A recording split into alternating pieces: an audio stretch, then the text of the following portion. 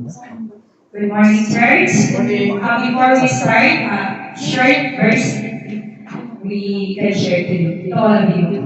In Romans 8, verse 28, we know that all things work together for the good of those who love God, those who are called according to His purpose. Amen. Amen. Tayo po tumayo at purihan natin ang Diyos na buhay. Pagitan natin siya ng buong puso, buong isip at buong lakas.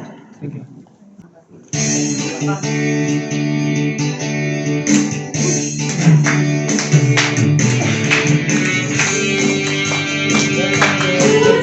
in the Lord, we're together.